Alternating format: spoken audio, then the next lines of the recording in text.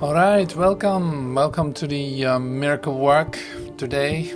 Great that you're here in whatever position, horizontal, vertical, who knows what dimension you might appear today. So it's great to have you present here. That's really lovely. That's really lovely.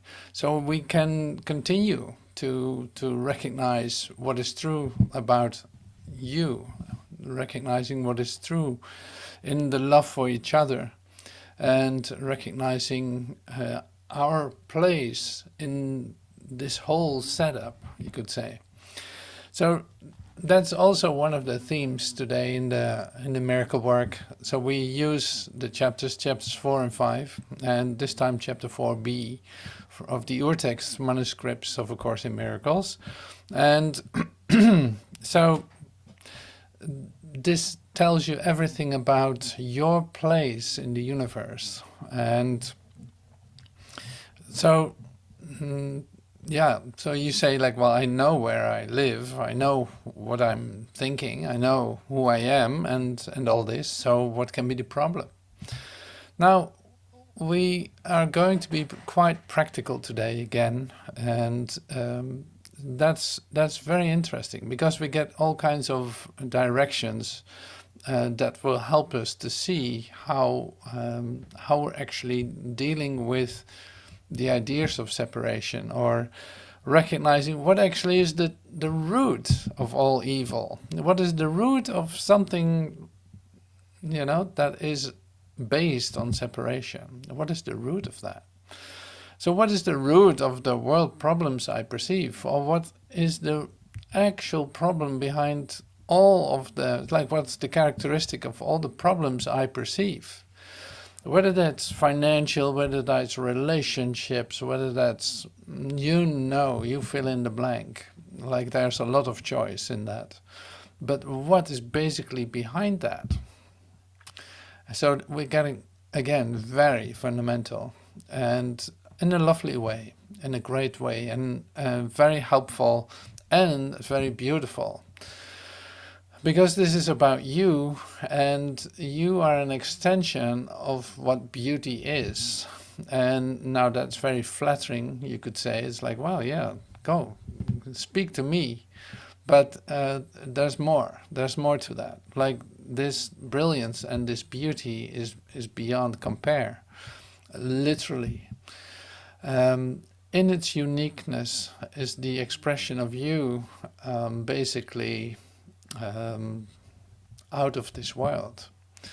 Now I use these words very specifically, so it's literally out of this world. Your beauty is out of this world.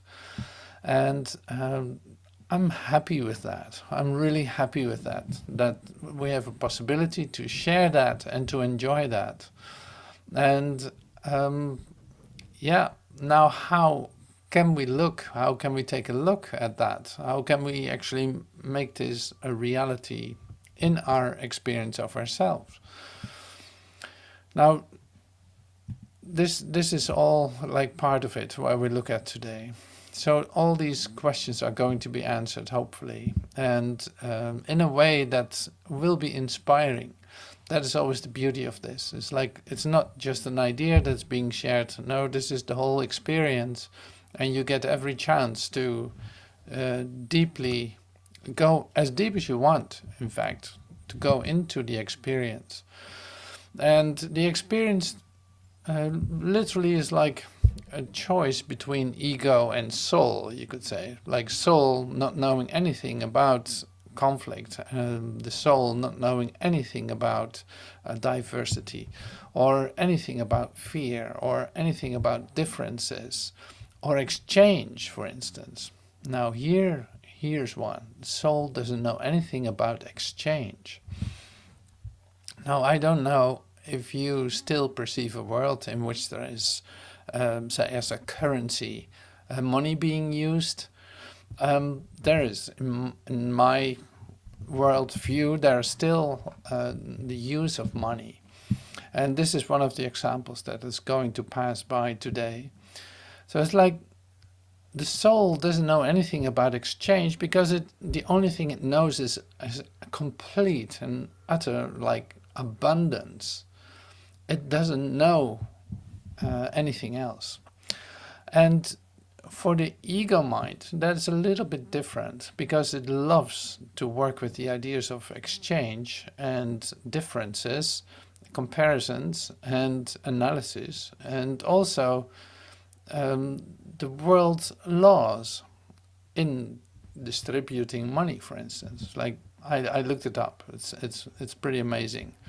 Like if you would just use the savings that are available of anyone, like everyone would have enough. If we would share that with one another, there would be enough for everyone. There's no need for anyone to die of hunger or thirst or anything like this. Now, this you know, like it is not really information at all in a sense, like you know this, but you are familiar with the perpetuation of the compulsive repetition of making money, having a certain hierarchy in, okay, you did this work, you earn that much, you did that work, well, I'm the CEO, so that means that the profit goes basically to me. How else am I going to afford my summer house? Or who knows what? You know, it's like, you know all these stories. I'm not going to bore you with that. But if you look at it, it has nothing to do with sharing. It has nothing to do with abundance. See, there's no abundance if anyone is hungry. There's no abundance if anything is lacking. There's no abundance if there's a difference. There's simply no abundance. Like, so that's why it's so great to let your soul inspire you literally to a new vision about this. Now we get a lot of help with that, and especially today, I think in this part. So how would you know how to deal with money? How would you know what to give to anyone? How would you say stay out of exchange? Since it's so ingrained in the way that you think, you know, you want to do something for something else. You are going to be motivated by the bounty that's at the end of the, well, rainbow. You know, you want to walk to the end of the rainbow to see what the bounty is, and of course there's nothing there. But it's like this way of thinking is just there. It's a stimulus to do something, to have a motivated action. And motivated action in its basic, say, in its basic fundamental core is completely mesmeric. Like there's nothing to achieve. There's no motivated action that will lead to anything. Because, and then we come back to the soul, it's like it has to do with being. It is already there. It doesn't need to have a motivated action, it simply is. And so in order to find out how to be instead of act or do or maintain or get comfortable, so to speak, you let yourself be inspired by spirit in a very specific way. All right, so I made some visuals as usual, and I'm using this just for the structure of it all. I think it's still helpful, and if it changes, that's fine too. But at least for me, it's nice to read them to you, and whatever comes up, I will share. We have spoken of many different human symptoms, and at this level, there is almost endless variation. But there is only one cause for them all. Okay, so here's the in fact, it is revealed already. It's like there's one cause for all the endless different variations of human symptoms. And the authority problem is the root of all evil. Money is but one of its many reflections and is a reasonably representative example of the kind of thinking which stems from it. Like, it makes it pretty obvious. The idea of buying and selling implies precisely the kind of exchange that the souls cannot understand at all, because their own supply is always abundant and all their demands are fully met. Now, we love this idea, right? It's like, yeah, the soul, yeah, I gotta get into the soul here. So my financial problems are suddenly out of the door. Like, see, I did not recognize buying and selling as something relevant or something that works at all. Like, I had no idea how to do this. I'm not so practical with financial business. And now I know why. It's like relating to the soul, now it makes total sense. I know there is abundance. You know, I come from a place where there's abundance, where there's endless of everything all the time and can never run out. This is what you recognize your own truth to be. That's why it's so surprising if you think for a moment that you have a financial problem, right? So the authority problem, we come back to that, because that is a wonderful way to look at everything, in fact. So who's the author here? Who's the authority here? Who do you rely on for your choices? So this is coming closer already. It's like,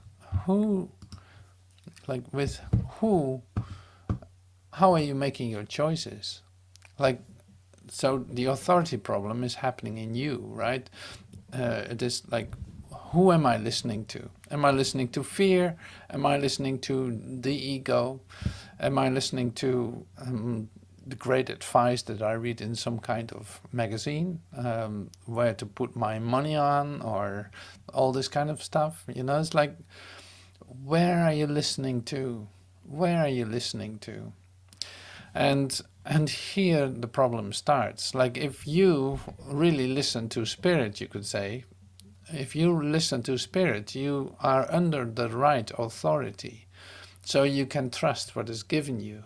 But if you don't do that, you see all the varieties reflected back in this world. It's like, well, that's not fair.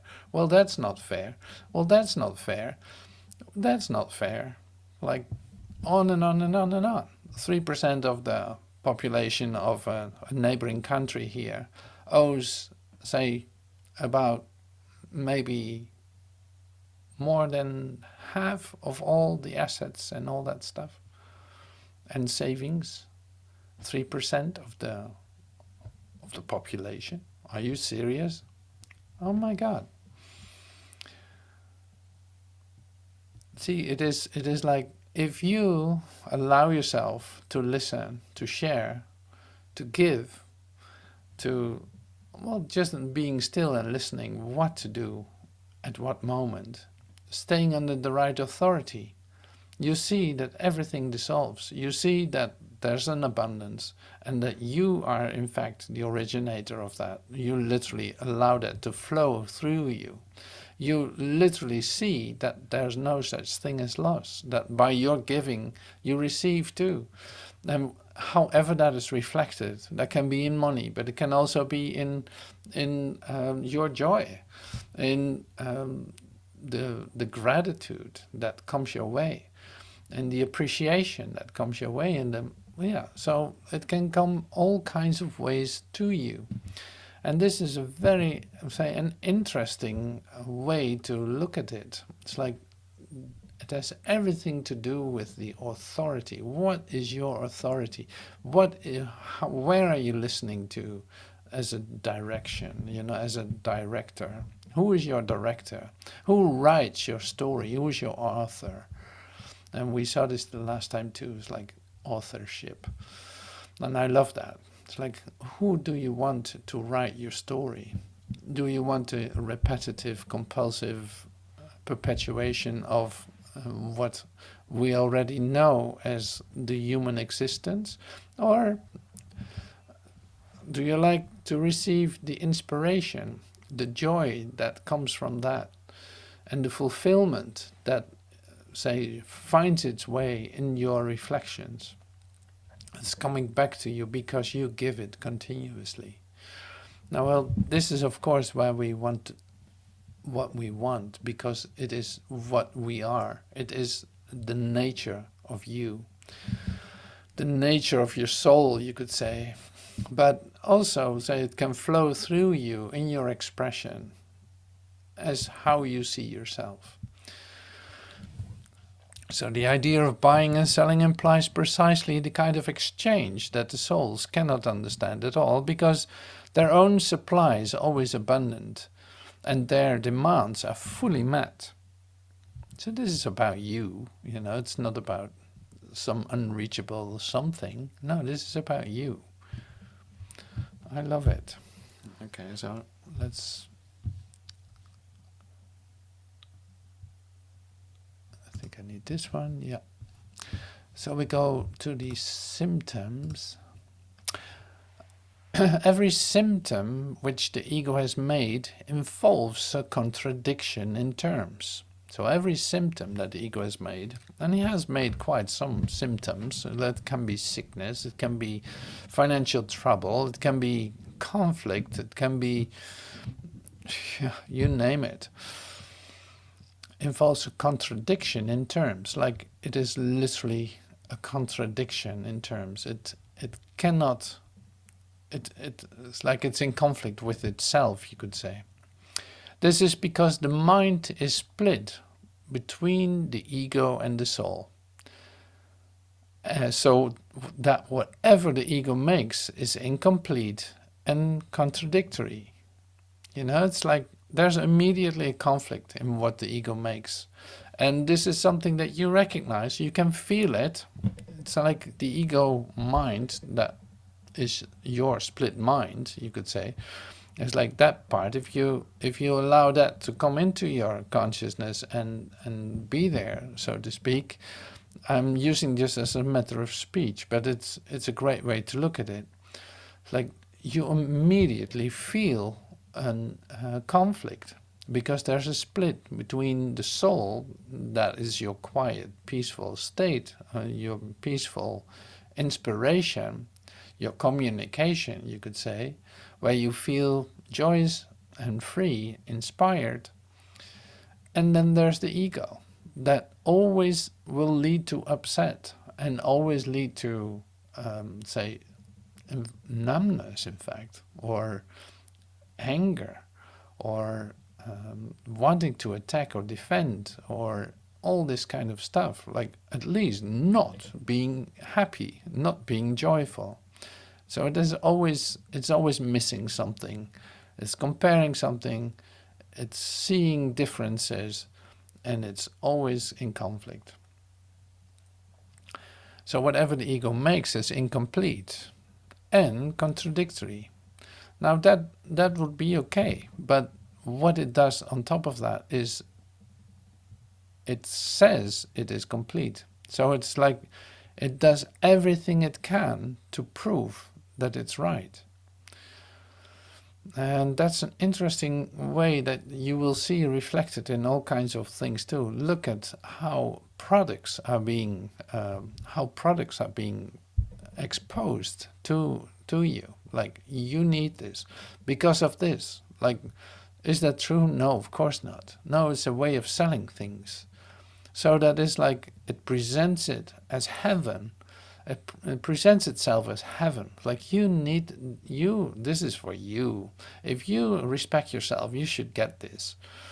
And so it's always confirming a lack that you have, and it has found something to make you complete. So that's the other thing that the ego mind does. It's like, and it yells it and it presents it. Very tempting, absolutely beautiful. You know, it's like, oh yes, I need that, of course, yes. That's what you would think.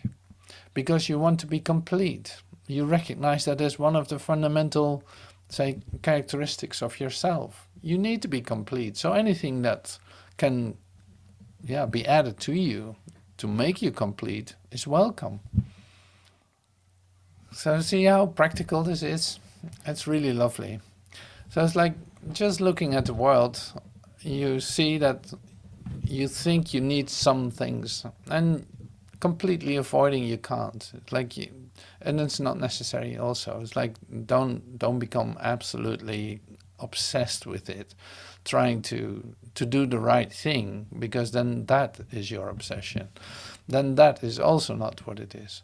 So it's like you can't completely avoid it, but at the same time, it's really great to look at it, to see the characteristic of it. If something tells you that you need it in order for you to be complete, there has to be like a red flag coming up to you, because otherwise you are perpetuating. You do this compulsive repetitive thing. You keep doing the same thing. So the one thing that you forget in that moment is to stand still. And it's like, well, let's just take a look at, is there something that I'm missing truly?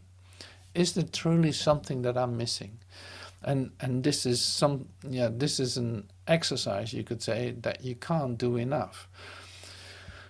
Because until this dissolves in you, you still think you need something.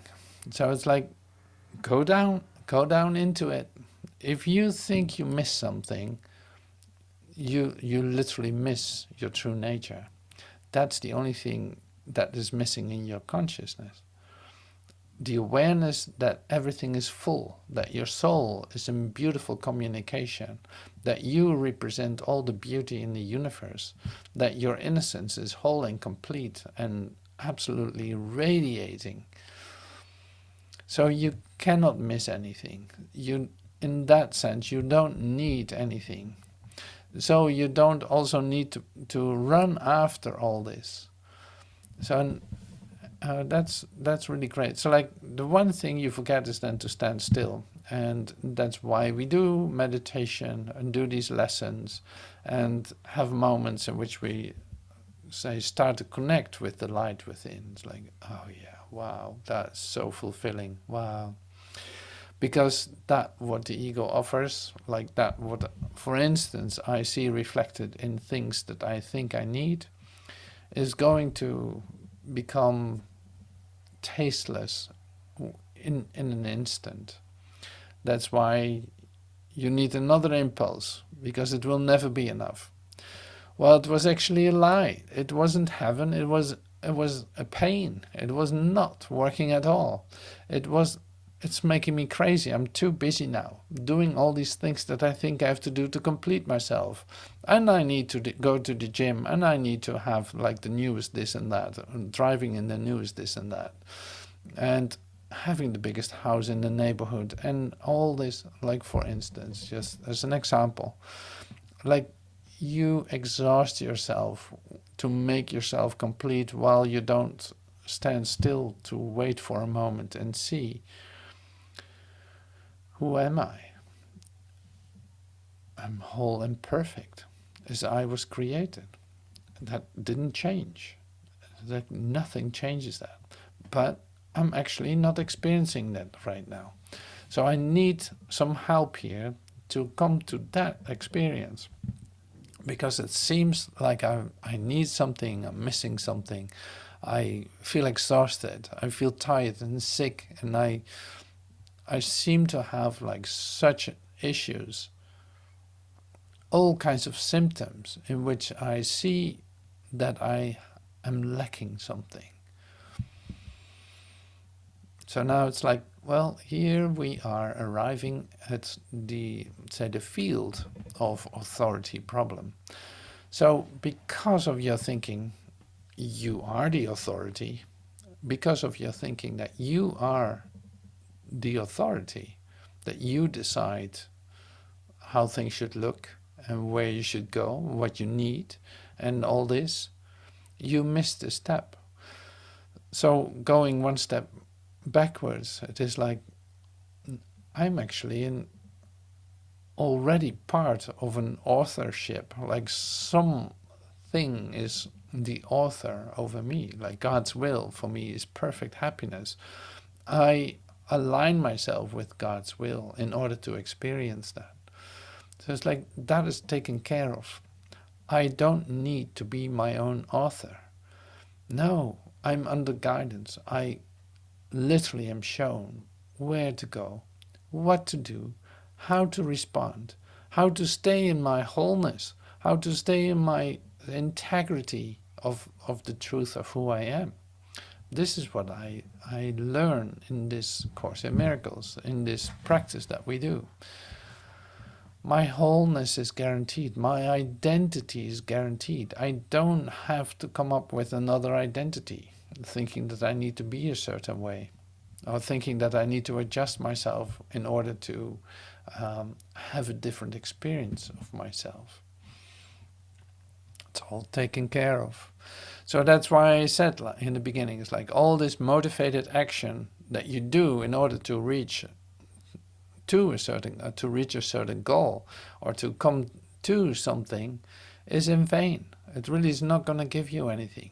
As soon as you are there, the goal that you try to achieve is gone. It's over. It evaporated right where you were, grasping for it. So to be soul linked, you could say, to be in communication with your soul, allowing guidance to show you where to go, what to say, and all this, how to respond, to listen and actually follow up on that, will give you peace of mind, will give you a joyful inspiration all the time, will give you rest unto your soul, you know? It's like it gives you rest. It gives you rest. So what are you looking for? What are you looking for? Are you looking for rest? Or do you have another idea? Do you have an idea that you're missing something and that something else needs to occur and you have ideas about it, how that's supposed to look? Well, good luck with that. It's like that is not going to be the solution, and you know it. So this saves you time. This saves you tremendous. If you follow up on what I say, you just save yourself like 2,000 years. And I'm serious. Because it is like, before you know it, you fall into a story. You go a certain way. And you think like, well, I really need to do this. Whatever it takes, I'm going to do this. That's a motivated action, right? Without standing still, it would make no sense. If you stand still and this follows out of that, what naturally comes to you, then go your way. Then you follow the guidance that is given.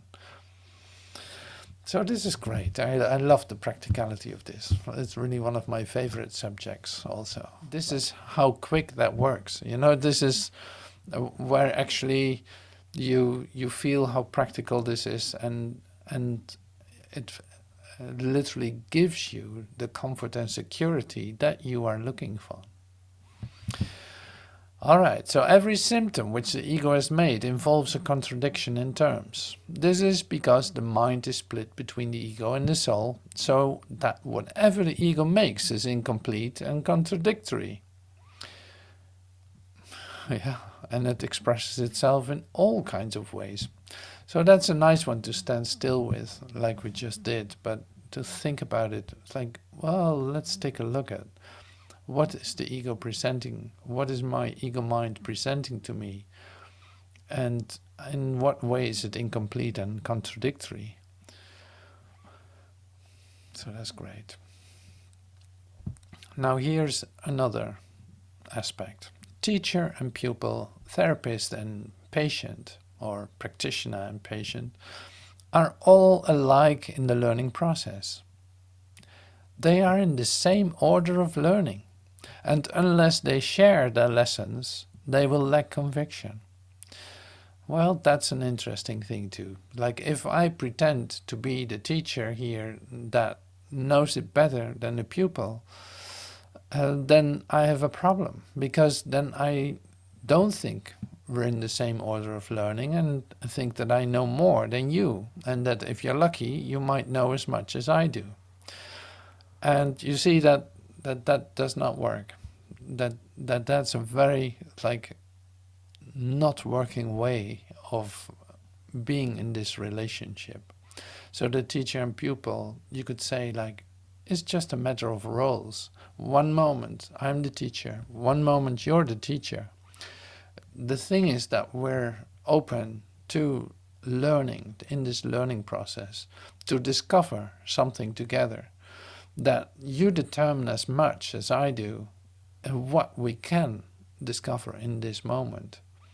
Like we're literally in the same boat, just having different roles for temporarily, but that can shift and change any moment because it is interchangeable.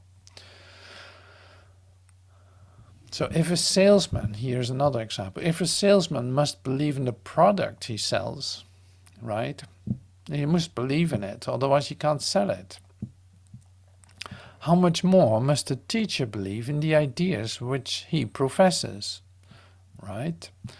But he needs another condition. He also must believe in the students to whom he offers his ideas. Like if you would give your pearls to the swines, it would not work. And nobody would have any profit of it. It would just exhaust everyone. So it's like the inspiration is shared. And the inspiration is shared in recognition. And yeah, that you can say is a matter of resonance, a matter of attraction. And it comes just like that. Like it comes to you just like that. Like if I recognize that I'm not the author in the whole story, and I can trust who comes my way, and you can trust who is coming your way. You can trust the teacher that's coming suddenly in your awareness.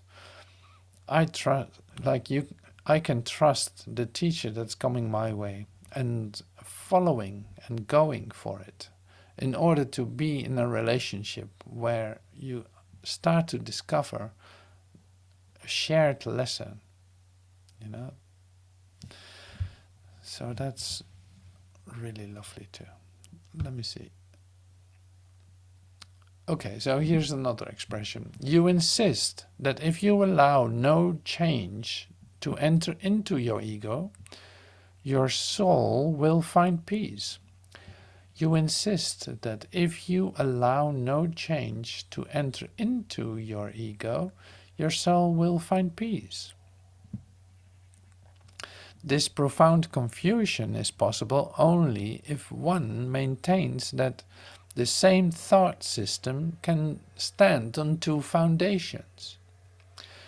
Nothing can reach the soul from the ego, and nothing from the soul can strengthen the ego or reduce the conflict within it.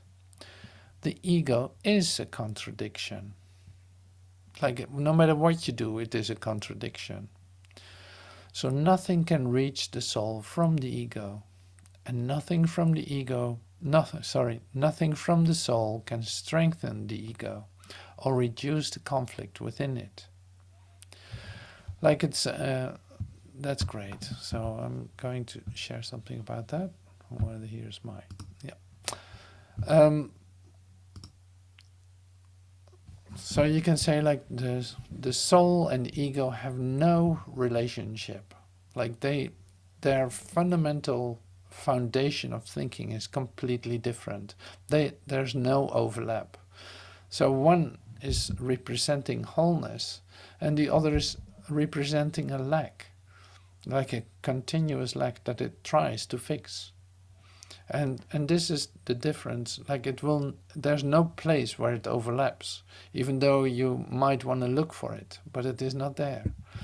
And that makes it so great. So that will in the end let you move to a complete commitment. Like a whole commitment to soul, you could say, the whole commitment to your wholeness. Because you see that as long as you try to make a deal with the ego and the soul, you lose that. Like, it will not be a win-win situation. It is an impossibility. The ego will contradict always, so it's always in conflict. Okay, this, I love this too. You'll see why. The ego is afraid of the soul's joy, because once you have experienced this, you will withdraw all protection from your ego and become totally without investment in fear. Leave it behind, leave the ego behind, do not listen to it and do not preserve it. Listen only to God, who is as incapable of deception as are the souls he created. As teachers and therapists, release yourself and release others. Okay, so coming back to the first thing, the ego is afraid of the soul's joy because it is the end of the ego, right? And you say like, well, how am I supposed to see that?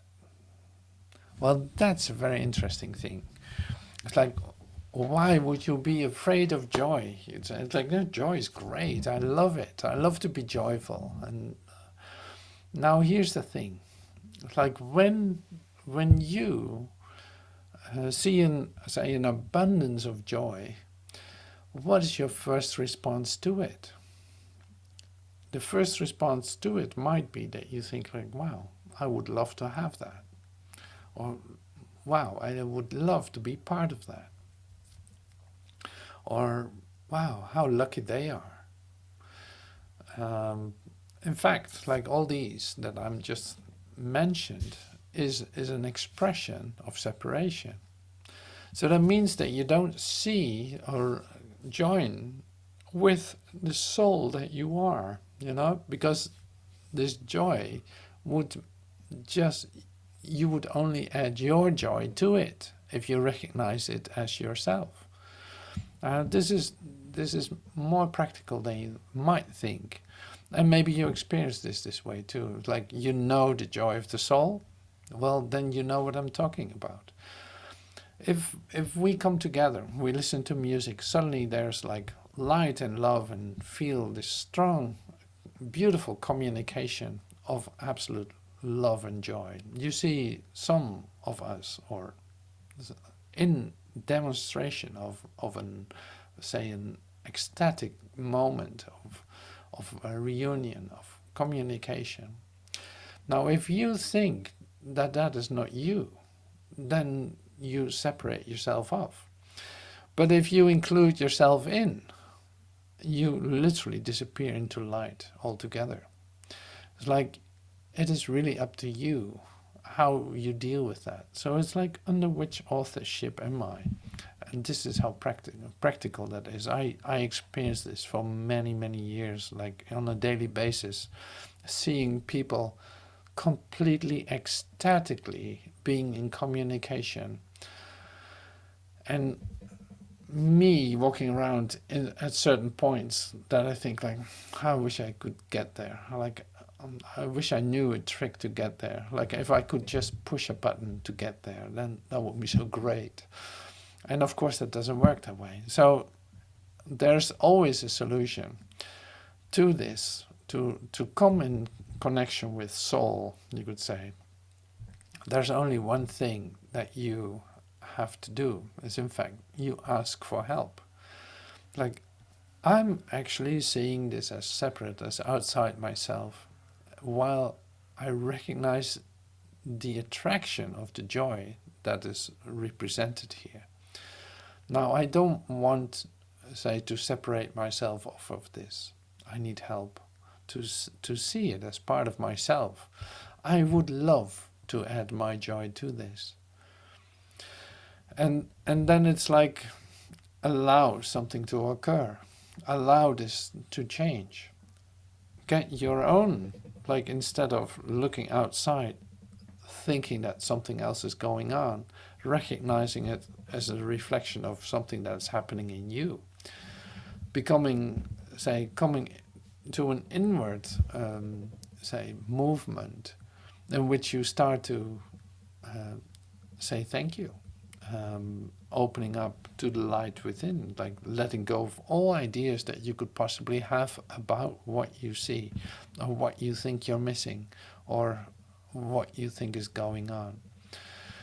Recognizing that this is all about you, that nothing else is going on, and that this is just your intimate process of connecting with the truth within, with your soul that is in perfect communication with your creator. Say, in fact, allowing yourself to come under the right authorship, under the right authority. And then you have a great possibility to just be lifted up and hurled into reality. And this is like, that happens spontaneously. It isn't by inspiration. It is not a button you can press, but it's you opening up, becoming receptive, and allowing that to occur no matter what. So that's really beautiful. So when you experience the joy of your soul that really comes from within and has nothing to do with anything outside, then you get a different, so you look at the idea of ego or self-identity with the little s, like an identity that seems to be separate in a world that is located in a certain place, and all this, you start to see, you start to laugh about it, you start to not pay attention to it any longer, because that character that tries to survive, that character that tries to do and make and have all this motivated action, is a parody, is a caricature of its true nature. So what can you do about caricatures? You might as well just laugh about it and not take it serious. All right, I think we're pretty good. I think we're doing really fine now.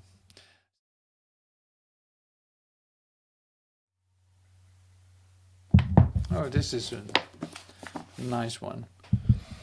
I am affected only by my thoughts. It needs but this to let salvation come to all the world. For in this single thought is everyone released at last from fear. I am affected only by my thoughts. I'm affected only by my thoughts. With that idea, everyone is released at last from fear. Now he has learned that no one frightens him, and nothing can endanger him. He has no enemies, and he is safe from all external things. His thoughts can frighten him, but since these thoughts belong to him alone, he has the power to change them and exchange each fear through a for a happy thought of love.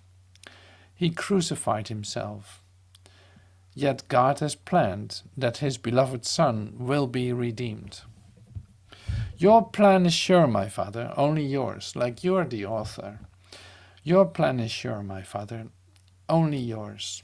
All other plans will fail, and I will have thoughts that will frighten me until I learn that you have given me the only thought which leads me to salvation. Mine alone will fail and lead me nowhere, but the thought you gave me promises to lead me home, because it holds your promise to your Son. I am affected only by my thoughts.